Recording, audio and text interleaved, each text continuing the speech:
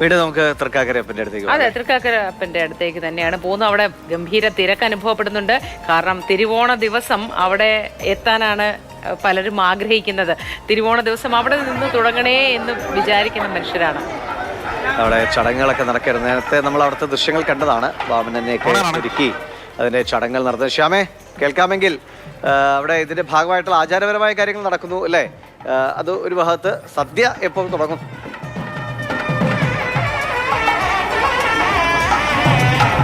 നിമിഷം തീർച്ചയായിട്ടും ആചാരപരമായിട്ടുള്ള ചടങ്ങുകളാണ് ഇപ്പോൾ നടക്കുന്നത്. അതായത് ഇപ്പോൾ മഹാബലിത്തറയിലെത്തി വാമനൻ മഹാബലിയെ ഇപ്പോൾ ആനയിച്ച് തൻ്റെ ഇടത്തേക്ക് കൊണ്ടുപോവുകയാണ്. അത് ഒരു വിശ്വാസപരമായ ഒരു ചരിത്രം കൂടി ഇതിനുണ്ട്.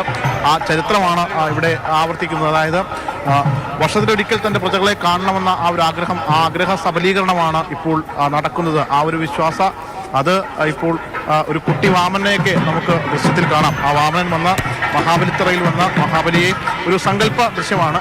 ആ സാങ്കല്പികമായിട്ട് ആനയിച്ചിപ്പോൾ കൊണ്ടുപോവുകയാണ്. ആ ഒരു പഴയ കാലത്ത് നാടുവാണിരുന്ന മഹാബലി ചക്രവർത്തി തൻ്റെ പ്രജകളെ കാണാൻ വർഷത്തിലൊരിക്കൽ പാതാള ലോകത്ത് നിന്ന് കേരളത്തിലേക്ക് തിരുവോണ ദിവസം എത്തുന്നുവെന്ന ഓണത്തെ സംബന്ധിച്ചുള്ള കേരളത്തിലെ ഏറ്റവും പ്രബലമായ ഒരു ഐതിഹ്യം. ആ ഐതിഹ്യം ഇപ്പോൾ ഇവിടെ വീണ്ടും അനുവർത്തിക്കുകയാണ്. അതിൻ്റെ ദൃശ്യങ്ങളാണ്. നമുക്കൊരു കുട്ടി വാമനെയൊക്കെ ദൃശ്യത്തിൽ കാണാം. അതിൻ്റെ ഒരു ചരിത്രവും അതുതന്നെയാണ്.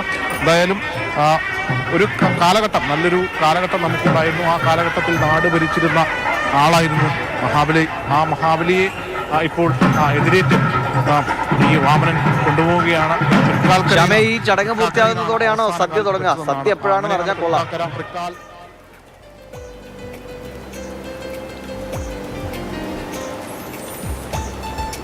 അത് രാവിലെ 10:30 10:30 സദ്യ ആരംഭിക്കും.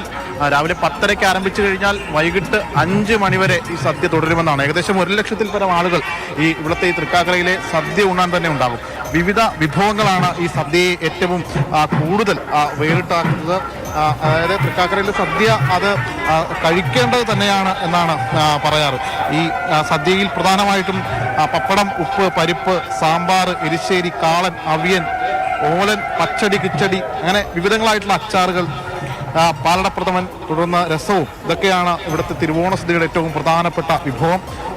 ഈ ഒരു തിരുവോണ നാളിൽ ഇന്ന് രാവിലെ 10:30 ഈ സദ്യ ആരംഭിച്ച് അത് ഇവിടുത്തെ ഒരു പ്രത്യേകത എന്ന് പറഞ്ഞാൽ ഈ പ്രദേശത്തെ ആളുകൾ എല്ലാവരും, നമ്മൾ സാധാരണഗതിയിൽ തിരുവോണ ദിവസം നമ്മുടെ വീടുകളിലാണ് സദ്യ വെക്കുന്നതെങ്കിൽ തൃക്കാക്കരയിൽ അങ്ങനെയല്ല. തൃക്കാക്കര ക്ഷേത്രത്തിലാണ്. തൃക്കാക്കരക്കാരെ സംബന്ധിച്ചിടത്തോളം അവിടെ വരുന്നവർക്കും അവരുടെ വീടുകളിൽ ഈ ഉത്സവം ആഘോഷിക്കാൻ വരുന്നവർക്കും എല്ലാവർക്കും ഈ ക്ഷേത്രത്തിലാണ് സദ്യ ഒരുക്കാറ്. അതുകൊണ്ട് തന്നെ എല്ലാവരും ഈ ക്ഷേത്രത്തിൽ വന്ന സദ്യ കഴിക്കും. ഏകദേശം ഒരേ സമയം 1200-ലധികം ആളുകൾക്ക് ഇരുന്ന് കഴിക്കാൻ പാകത്തിലുള്ള പന്തലും കാര്യങ്ങളും ഒക്കെയാണ് ഇവിടെ ഒരുക്കിയിട്ടുള്ളത്.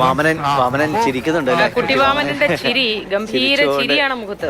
കുട്ടിവാമനെ കിട്ടാൻ വേണ്ടിയിട്ടാണ് നമ്മുടെ ക്യാമറമാൻ കഷ്ടപ്പെടുന്നത്. പക്ഷെ തിരക്കിന്റെ ഇടയിലായതുകൊണ്ടാണ്, കുട്ടിവാമനൻ ആളുകളുടെ ഇടയിലായതുകൊണ്ട് ഇന്ന് മുഴുവനായിട്ടും പകർത്താൻ പറ്റുന്നില്ല. അതെ, കുട്ടിവാമനൻ ആയതുകൊണ്ട് ഇടയിൽ മറഞ്ഞു പോകുന്നു തിരക്ക് വരുമ്പോ. ശരി, എന്തായാലും കുട്ടിവാമനെ വിശപ്പാകുമ്പോഴേക്കും അവിടെ സദ്യയൊക്കെ ഒരുങ്ങും.